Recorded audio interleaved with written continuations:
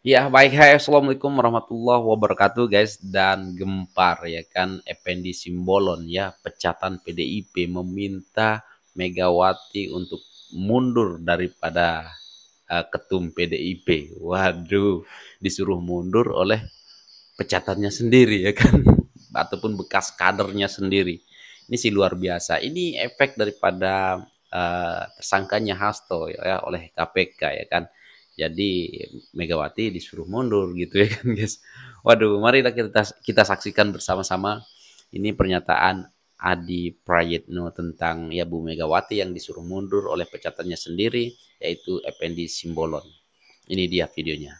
Ternyata dampak ditetapkannya Hasto sebagai tersangka oleh Ya, KPK ini efeknya merembet kemana-mana. Bukan merembet hanya ya. rumah Hasto yang kemudian digeledah untuk mencari barang bukti sejauh mana keterlibatan Hasto terkait dengan Harun Masihu yang sampai saat ini masih buron, atau misalnya bukan hanya KPK memanggil satu persatu pihak-pihak yang selama ini dinilai mengetahui bagaimana proses keterkaitan Harun Masihu kemudian Hasto yang dimana dua-duanya ini sudah ditetapkan sebagai tersangka. Tapi lebih dari itu, sehari dua hari ini kita mendengarkan bagaimana respon politik yang disampaikan oleh mantan politisi PDIP, yaitu Hmm, Effendi Simbolon terkait Effendi. dengan Hasto yang sudah jadi tersangka. Statement-statement Effendi Simbolon tentu sangat mengagetkan. Pertama, Effendi Simbolon itu meminta kepada PDIP untuk melakukan evaluasi secara menyeluruh. Yang kedua, bahkan ini menurut saya yang cukup mengagetkan, adalah meminta kepada Megawati Soekarnoputri sebagai Ketua Umum PDIP itu untuk mundur sebagai bentuk pertanggungjawaban politik. Tentu cukup mengagetkan karena selama ini kita tahu bahwa Effendi Simbolon itu kan dinilai sebagai sosok yang mungkin lurus-lurus saja selama di PDIP. Jadi tidak mengherankan ketika Effendi Simbolon meminta Megawati Soekarno Putri itu mundur dari jabatan politiknya sebagai Ketua Umum PDIP, ini kan memancing reaksi yang cukup luar biasa dari PDIP. Karena apapun, Effendi Simbolon itu dianggap sebagai bagian dari Jokowi saat ini. Jadi tidak mengherankan kalau kemudian pernyataan Effendi Simbolon yang meminta Megawati mundur, tidak lagi jadi Ketua Umum Partai, ini kemudian membuat perang terbuka antara PDIP dengan Jokowi itu terus berlanjut sampai hari ini. Publik Aduh. tahu Effendi Simbolon juga dipecat oleh PDIP hanya gara-gara bertemu dengan Jokowi dan dianggap sebagai orang yang kemudian tidak lagi mematuhi fatsun-fatsun politik PDIP. Di Pilkada Jakarta misalnya, Effendi Simbolon itu dianggap satu mazhab dengan Jokowi yang memberikan dukungan politiknya kepada Ridwan Kamil. Jadi tidak mengherankan kalau kemudian Effendi Simbolon yang merasa prihatin terkait dengan kasus Hasto, meminta kepada PDIP mengevaluasi secara menyeluruh, meminta kepada Megawati Soekarno Putri untuk mundur sebagai ketua umum, itu dianggap sebagian suara politik Effendi Simbolon yang saat ini sudah menjadi bagian dari Jokowi. Itulah yang kemudian membuat politisi PDIP Guntur Romli menegaskan ini adalah sebagai salah satu bentuk bahwa memang selama ini ada pihak-pihak yang memang ingin mengaut-aut dan ingin mengobok-obok PDIP supaya tidak sekuat dan tidak setangguh seperti dahulu kala. Jadi Memang sudah pernyataan nggak Effendi kuat ya. Simbolon yang kemudian meminta Megawati mengundurkan diri sebagai ketua umum itu dianggap sebagai bukti yang cukup sahih betapa memang selama ini ada pihak-pihak yang mencoba untuk mengincar posisi ketua umum Megawati Soekarno Putri yang selama ini dianggap sebagai veto player di Partai Banteng yang nyaris tidak tergantikan. Itulah yang saya kira per hari ini publik melihat ini pertarungan politik antara orang-orang yang dekat dengan Jokowi dengan PDIP. Rasa-rasanya agak sulit untuk bisa dihilangkan. Tapi terlepas apapun itu, saya kira dua hal. Pertama, menjadi menarik pernyataan Effendi Simbolon itu karena disampaikan setelah tak lagi jadi kader PDIP. Padahal kalau Effendi Simbolon ataupun ketika masih ada Jokowi, suara supaya untuk melakukan evaluasi menyeluruh terkait dengan PDIP, apalagi meminta Megawati sebagai ketua umum tidak melanjutkan jabatan politiknya, itu disampaikan ketika Effendi masih menjadi bagian dari PDIP itu saya kira luar biasa. Luar Karena biasa. apapun partai itu pastinya butuh koreksi, butuh reorganisasi, yang paling penting adalah mematangkan strategi untuk menghadapi persaingan-persaingan politik yang semakin sengit dan semakin luar biasa. Itulah yang kemudian cukup disayangkan. Andai pernyataan Effendi Simbolon itu disampaikan ketika dirinya masih sebagai kader PDIP, saya kira itu akan mantap. Jadi ini akan dianggap sebagai suara internal partai, suara kader-kader yang ada keinginan untuk melakukan regenerasi kepemimpinan di level ketua umum. Sayangnya, Effendi menyatakan Megawati itu mundur setelah tak lagi jadi kader PDIP. Wajar kalau kemudian dianggap oleh Guntur Rumli sebagai bagian dari barisan sakit hati, dianggap sebagai outsider, dianggap sebagai orang yang sudah menjadi pecatan dari partai, yang wajar kalau kemudian suara-suaranya itu sumbang selalu dialamatkan ke PDIP. Itu yang pertama. Jadi ini terkait dengan apa yang disampaikan oleh Effendi yang saat ini bukan lagi kader PDIP. Sayang betul memang kalau keinginan PDIP itu evaluasi secara menyeluruh terkait dengan posisi ketua umum mereka disampaikan ketika masih kader, saya kira ini akan menjadi sesuatu yang sangat menggembarkan. Nah, yang kedua dari segi substansi, terlepas misalnya Effendi ini bukan lagi kader PDIP, terlepas Effendi Simbolon itu dianggap sebagai orang yang saat ini membenci PDIP dan sudah menjadi bagian dari Jokowi. Yang kedua yang paling penting adalah secara substansi. Karena apapun, yang paling penting adalah bagaimana PDIP itu melakukan evaluasi secara menyeluruh. Tentu untuk menghadapi kompetisi politik 2029 dan di masa-masa yang akan datang. Di 2024 ini sebagai guidance bagi saya, di mana PDIP itu harus diakui memang cukup tidak terlampau menjanjikan perjuangan politiknya. Di Pilpres mereka itu babak belur, mengusung Ganjar dan Mahfud, perolehan suaranya cukup tragis, hanya sebesar 16%. Iya. Begitupun di Pileg, betul bahwa PDIP itu tetap kokoh di posisi atas, tapi dibandingkan dengan suara sebelumnya 2019, suara perolehan PDIP itu turun secara signifikan. Kita tahu di 2019 suara Pileg PDIP itu sekitar 19%. Di 2024 kali ini hanya sebatas 16%.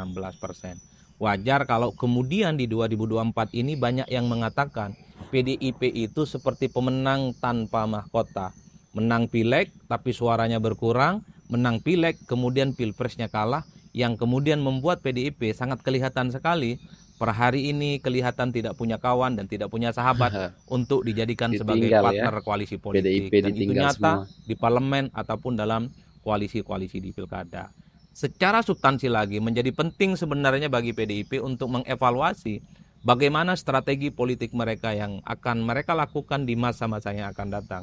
Mengingat mereka lagi tidak punya figur kunci seperti Jokowi yang kemudian mengantarkan mereka sebagai partai yang memenangkan Pilpres 2 kali berturut-turut, tapi yang paling penting bagaimana regenerasi kepemimpinan di posisi ketua umum, bagaimana soal bangunan isu politik termasuk strategi komunikasi keluar, itu juga menjadi penting bagi PDIP untuk dievaluasi. Per hari ini misalnya persoalan apakah Megawati tetap akan dilanjutkan sebagai ketua umum ataupun tidak, itu tetap menjadi perbincangan bukan hanya di internal PDIP mungkin ya, tapi juga di kalangan eksternal.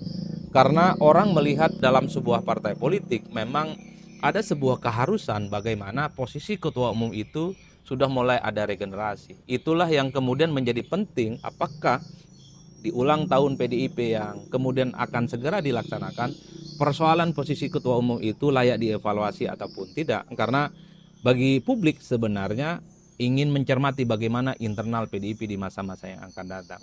Termasuk misalnya soal strategi komunikasi politik. Ya. Apakah di tengah posisi politik PDIP yang hari ini kalah Pilpres, kemudian suaranya tidak signifikan, kira-kira begitu di sejumlah pilkada, dan kelihatan sekali tidak ada partai politik mau berteman dengan PDIP, narasi-narasi politik yang dikembangkan itu tetap agresif ataupun lunak. Kalau melihat PDIP hari ini, terutama PDIP faksi Hasto, tentu adalah PDIP yang cukup kritis, PDIP yang sangat agresif memberikan serangan-serangan politik bukan hanya kepada Jokowi, tapi terkait dengan kebijakan politik pemerintahnya Prabowo salah satunya. Berbagai isu berbagai diskursus yang saya kira di mana posisi PDIP itu kan cukup menyalak ya sebagai partai politik yang berada di luar kekuasaan politik. Ini tentu sangat layak dievaluasi karena pada saat yang bersamaan kita juga tahu faksi internal PDIP seperti faksi Puan Maharani ini kan sangat soft, relatif konsolidatif, dan relatif ingin berpartner dengan kubu pemerintah. Puan misalnya dengan para pendukungnya, dengan para loyalis-loyalisnya, dalam statement-statement politiknya, ini 1000% berbeda dengan kubu Hasto yang selama ini cukup galak ya.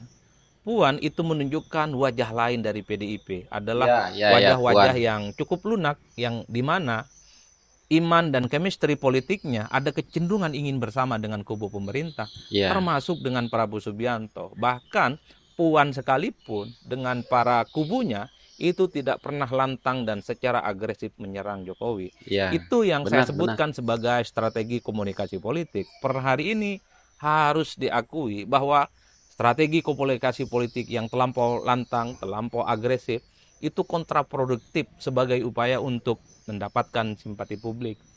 Per hari ini kita juga tahu bahwa pemilih muda itu kurang lebih sekitar 54% adalah mereka yang sebenarnya tidak terlampau suka dengan wajah-wajah politik yang terlampau agresif, Ya, terlampau konfrontatif dalam menyampaikan gagasan-gagasan strategi perjuangan politiknya. Apalagi di 2029 ada sekitar kurang lebih 60% masyarakat yang umurnya 17 sampai 40 tahun sebagai pemilih dominan yang dimana portofolio politik mereka adalah mereka yang kemudian lebih menyukai model politik yang soft, lebih menyukai strategi komunikasi politik yang kemudian damai, lunak, dan seterusnya, dan seterusnya. Inilah yang saya kira di luar hal bahwa Effendi Simbolon itu adalah orang luar, tentu menyongsong hari ulang tahun PDIP, maka yang paling penting bagaimana mengevaluasi secara menyeluruh strategi komunikasi, soal narasi isu, terkait dengan soal bagaimana posisi Ketua Umum Megawati Soekarno Putri sebagai veto player yang tidak tergantikan. Percuma suara-suara seperti Effendi Simbolon dan pihak lain yang misalnya mencoba supaya Ketua Umum Megawati, Ketua Umum PDIP itu tak lagi Megawati, kalau itu tidak inline dan tidak ditangkap oleh internal PDIP, di mana ada kecenderungan mereka yang terus ingin memperjuangkan Megawati sebagai Ketua Umum. Percuma misalnya suara-suara keras dari luar, bahwa misalnya PDIP ini perlu melakukan peremajaan kepemimpinan, kalau itu kemudian tidak ditangkap oleh internal PDIP. Jadi apakah PDIP itu akan melakukan evaluasi secara menyeluruh? Apakah misalnya PDIP itu akan mengganti ketua umum mereka? Itu sangat tergantung bagaimana internal PDIP yang saya kira pastinya sudah memiliki kalkulasi politik menghadapi tantangan-tantangan politik di masa yang akan datang. Itulah yang saya sebutkan. Di 2024 menghadapi 2025 ini tidak mudah bagi PDIP. Kalah Pilpres, menang Pileg tapi suaranya berkurang, tidak punya teman di mana-mana.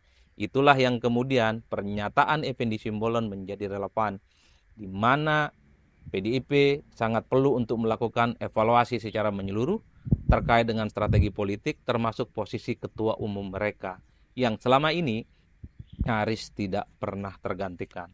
Itulah yang saya kira menjadi menarik belakangan ini ketika Effendi meminta Megawati mundur, itu adalah amunisi baru perang terbuka antara orang-orang yang dinilai dekat dengan Jokowi dengan PDIP. Apalagi Effendi Simbolon mengatakan partai itu bukan partai perseorangan. Satu kalimat yang juga sempat disampaikan oleh Jokowi, bahwa Pak Jokowi ketika ditanya mau ikut partai politik apapun, kata Jokowi partai perseorangan. Itu kan adalah kalimat yang duplikat untuk sebenarnya memberikan kritik bahwa selama ini PDIP itu kan the one and only, nyaris tidak pernah tergantikan, sosok tunggalnya adalah Megawati Soekarno Putri. Wajar kalau kemudian pernyataan Effendi Simbolon ini memancing kegaduhan, tawuran opini tidak berkesudahan lagi antara PDIP dengan orang-orang yang dinilai menjadi bagian dari Jokowi. Saya kira di situ. Iya guys, ngeri juga ya kan, mantan pecatan PDIP ataupun ya pecatan Bu Megawati sendiri yang ya bisa dibilang meminta Megawati mundur daripada ketum PDIP ya kan guys. Waduh. Tapi ya memang udah banyak lah dipecat-pecat ya kan oleh ketum PDIP ini ya kan. Mungkin gara-gara Hasto ya kan menghasut Bu Megawati, kita nggak tahu lah ya kan. Tapi dampak daripada Hasto yang jadi tersangka ini ya memang banyak gejolak ya daripada kader-kader PDIP ini ya kan guys. Oke lah guys, apapun tanggapan kalian silahkan komen di bawah. Kalau menurut kalian apakah cocok sudah diganti karena sudah tua ketum PDIP? Kalian bisa komen di bawah. Dan sekian, terima kasih. Assalamualaikum warahmatullahi wabarakatuh. Bye.